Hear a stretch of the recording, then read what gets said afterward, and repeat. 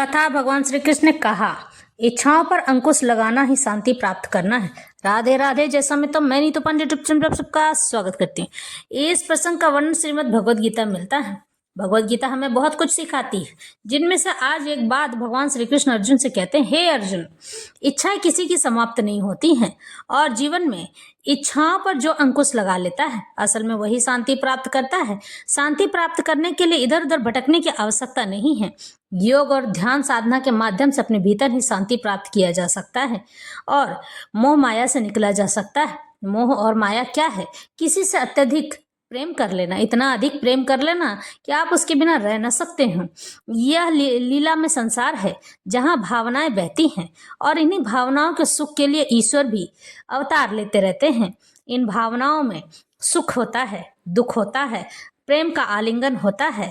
मनुष्य इन्हीं चीजों को जीता है और इन्हीं चीजों को जीने के लिए भगवान भी आते रहते हैं और इसका आनंद लेते हैं। यह लीला में संसार है।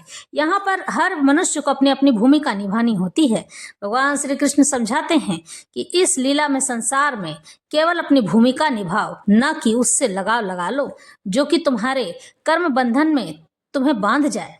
कर्म बंधन में नहीं बंधना है, तुम्हें उससे दूर रहना है।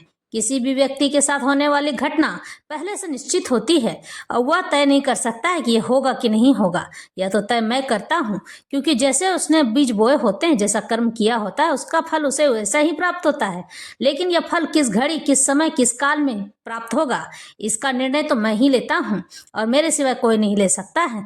इस तरह से भगवान श्री कृष्ण आज अर्जुन से कहते हैं, हे अर्जुन, देखो, सुनो, जानो और समझो। कभी भी किसी भी व्यक्ति को अनचाहे विचार नहीं रखने चाहिए। मन में ऐसी कामना या इच्छा लेकर ईश्वर के पास नहीं जाना चाहिए कि हे ईश्वर, मेरा यह काम कर दीजिए तो मैं एक नारियल चढ़ाऊंगा या 1.25 किलो लड्डू चढ़ाऊंगा। इस तरह की बातों से वह मनुष्य धीरे धीरे ईश्वर से दूर होता चला जाता है और उसे पता ही नहीं चलता है कि उसने अपनी इच्छाओं के वश में आकर ईश्वर को ही अपने आप से दूर कर लिया है। ईश्वर ही नहीं बल्कि ऐसे लोगों को भी वह मनुष्य अपने आप से दूर कर देता है जो मनुष्य उसके हितैषी होते हैं और उसकी भावनाओं का कद्र करते हैं। ऐसे ही अच्छे लोगों को भी वह दूर करता चला जाता है। हे अर्जुन, सुनो, यहाँ पर मैं यही कह रहा हूँ कि अपने इच्छाओं को अपने मन को अपने वश में कर लेना ही मनुष्य के जीवन में शांति प्रदान करता है और इस शांति के लिए किसी और जगह जाने की आवश्यकता नहीं है। आपूर्य मानम चल प्रतिष्ठम समुद्र मापः प्रविशन्ति यद्वत् तद्वकात्मा यम प्रविशन्ति सर्वे स शांति मापनोति न काम कामी। जो पुरुष समुद्र में निरंतर प्रवेश करती रहने वाली नदियों के समान इच्छाओं के निरंतर प्रवाह से विचलित नहीं होता है और जो सदैव स्थिर रहता है वही शांति प्राप्त कर सकता है। वह नहीं जो ऐसी इच्छाओं को तुष्ट यानी कि संतुष्टि देने के लिए करने की चेष्टा करता है। यद्यपि विशाल सागर के सदैव जल रहता है, किंतु वर्षा ऋतु में विशेष रूप से अधिक जल से भर जाता है तो भी सागर उतने पर ही स्थिर रहता है। न तो वह विक्षुब्ध होता है यानी नष्ट नहीं होता है और न तट की सीमा का उल्लंघन करता है। यह स्थिति कृष्ण भक्ति व्यक्ति की है। जब तक मनुष्य शरीर है तब तक इंद्रिय तृप्ति के लिए शरीर की मांगे बनी रहती हैं, किंतु भक्त अपनी पूर्णता के कारण ऐसी इच्छाओं से विचलित नहीं होता है। कृष्ण भक्ति व्यक्ति को किसी व्यक्ति वस्तु की आवश्यकता नहीं होती है, क्योंकि भगवान उनकी सारी आवश्यकताएं पूर्ति करते चले जाते हैं। इसलिए वह सागर के तुल्य होता है। अपने में सदैव पूर्ण सागर में गिरने वाली इन नदियों के समान इच्छाएं उसके पास आ सकती हैं, किंतु वह अपने कार्य में स्थिर रहता है और इंद्रिय तृप्ति की इच्छा से रंच भर भी विचलित नहीं होता है। कृष्ण भक्ति में व्यक्ति का यही प्रमाण है। इच्छाओं के होते हुए वह कभी इंद्रिय तृप्ति के लिए उन्मुख नहीं होता है, क्योंकि वह भगवान के दिव्य प्रेम भक्ति में तुष्ट रहता है। इसलिए वह समुद्र की भांति स्थिर रहकर पूर्ण शांति का आनंद उठा सकता है। किंतु दूसरे लोग जो मुक्ति की सीमा तक इच्छाओं की पूर्ति करता रहता है, फिर भौतिक सफलताओं का क्या कहना, उन्हें कभी शांति नहीं मिल पाती है।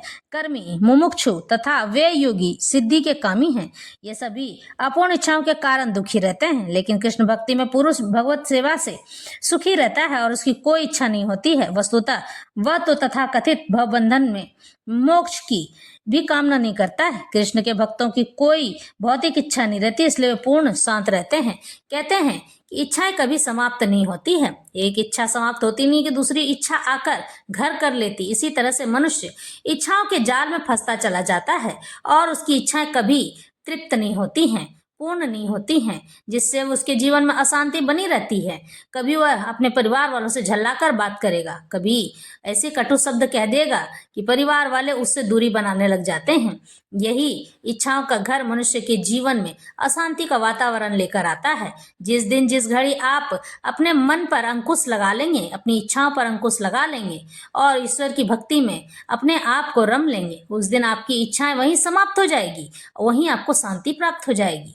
उसे कोई मतलब नहीं होता है कि सामने वाला क्या कर रहा है, उसके लिए द्वेष कर रहा है या मित्र का भाव रखता है। तुम जो करोगे अपने लिए करोगे, नहीं करोगे तो अपने लिए करोगे, उससे मुझे क्या लेना देना है। बस वह तो ये जानता है कि जिस घड़ी ईश्वर उसे संकेत देंगे तो वह ईश्वर के कार्य में लग जाएगा और अपना मन उसी में रमाएगा, अपनी इच्छा वहीं जाकर पूर्ति करेगा।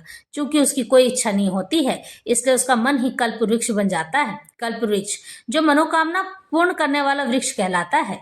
मन में व्यक्ति सोचता है, साधु संत सोचता है कि मैं यह चीज चाहता हूँ और सोच कर चुप हो जाता है। ये हर चीज चाहना जरूरी नहीं, लेकिन ईश्वर इतने दयालु और कृपालु हैं कि जिस घड़ी वो सोचता है उसके सोचने से पहले ही भगवान उसकी मनोकामना पूर्ण कर चुके होते हैं। कि क्योंकि 2 मिनट बाद वो सोचने वाला है, उससे पहले ही भगवान, अगर उसे पेड़ा खाना है तो पेड़े का डब्बा उसके घर में निहित हो जाएगा और वो सोचेगा बाद में। इस तरह से भगवान हम सबकी मनोकामना को पूर्ण करते चले जाते हैं। विहाय कामान्य सर्वान् पुमांश्चरति निस्पृह निर्ममो निरंकार स शांति मधिगच्छति। जिस व्यक्ति ने इंद्रिय तृप्ति की समस्त इच्छाओं का परित्याग कर दिया है, जो इच्छाओं से रहित रहता है और जिसने सारी ममता त्याग दी है तथा अहंकार से रहित है, वही वास्तविक शांति को प्राप्त कर सकता है।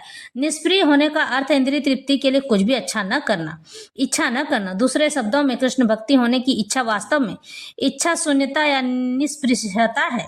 इस शरीर को मिथ्या ही आत्मा माने बिना तथा संसार की किसी वस्तु में कल्पित स्वामित्व रखे बिना श्री कृष्ण के नित्य दास के रूप में अपनी यथार्थ स्थिति को जान लेना कृष्ण भक्ति की सिद्ध अवस्था है। जो सिद्ध अवस्था में स्थित है वो जानता है कि श्री कृष्ण ही प्रत्येक वस्तु के स्वामी हैं, इसलिए प्रत्येक वस्तु का उपयोग उनकी तुष्टि के लिए किया जाता है, उन्हें प्रसन्न के लिए किया जाता है।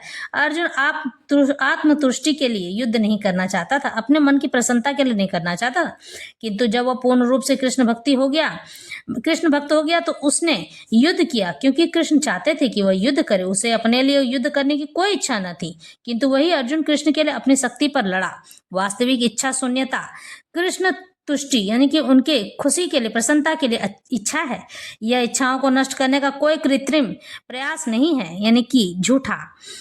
जीव कभी भी इच्छा शून्य या इंद्रिय शून्य नहीं हो सकता है, किंतु उसे अपनी इच्छाओं की गुणवत्ता बदलनी होती है। भौतिक दृष्टि से इच्छा शून्य व्यक्ति जानता है कि प्रत्येक वस्तु कृष्ण की है, ईसा वाशमिदम सर्वम, अतः वह किसी वस्तु पर अपना स्वामित्व घोषित नहीं करता है। यह दिव्य ज्ञान आत्म साक्षात्कार पर आधारित है, अर्थात इस ज्ञान पर कि प्रत्येक जीव कृष्ण का अंश रूप है और जीव को शाश्वत स्थिति कभी न तो कृष्ण के तुल्य होती है न उनसे बढ़कर। इस प्रकार कृष्ण भक्ति का यह ज्ञान ही वास्तविक शांति का मूल सिद्धांत कहलाता है। इस प्रकार से आज भगवान श्री कृष्ण को इच्छाओं पर अंकुश लगाने के लिए कहते हैं, ऐसा ब्राह्मी स्थिति पार्थ नैनाम प्राप्य विमुहति स्थि त्वास्याम अंत काले अपि ब्रह्म निर्वाण मिच्छति। यह आध्यात्मिक तथा ईश्वरीय जीवन का पथ है, जिसे प्राप्त करके मनुष्य मोहित नहीं होता है। यदि कोई जीवन के अंतिम समय में भी इस तरह स्थित हो तो वह भगवत धाम में प्रवेश कर सकता है। मनुष्य कृष्ण भक्ति या दिव्य जीवन को एक क्षण में प्राप्त कर सकता है और हो सकता है कि उसे लाखों जन्मों के बाद भी न प्राप्त हो। यह तो सत्य को समझने और स्वीकार करने की बात है। खट्टवांग महाराज ने अपनी मृत्यु के समय कुछ मिनट पूर्व कृष्ण के शरणागत होकर ऐसी जीवन अवस्था प्राप्त कर ली। निर्वाण का अर्थ है भौतिकवादी या सांसारिक जीवन शैली का अंत। बौद्ध दर्शन के अनुसार इस भौतिक जीवन के पूरा होने पर केवल शून्य शेष रहता है, किंतु भगवद गीता की शिक्षा इसमें भिन्न है। वास्तविक जीवन का शुभारंभ इस भौतिक जीवन के पूरा होने पर होता है। स्थूल शरीर यानी कि हमारा दैहिक शरीर के लिए वह जानना पर्याप्त होगा कि इस भौतिक जीवन का अंत निश्चित है, किंतु आध्यात्मिक दृष्टि से उन्नत व्यक्तियों के लिए इस जीवन के बाद अन्य जीवन आरंभ होता है। इस जीवन का अंत होने के पूर्व यदि कोई कृष्ण भक्ति हो जाए तो उसे तुरंत ब्रह्म निर्माण अवस्था प्राप्त हो जाती है। भगवत धाम तथा भगवत भक्ति के लिए बीच कोई अंतर नहीं है, चूंकि दोनों चरम पद हैं। अतः भगवान की दिव्य प्रेमा भक्ति में व्यक्त रहने का अर्थ है भगवत धाम को प्राप्त होना। इस तरह से भगवान आज अर्जुन को समझाते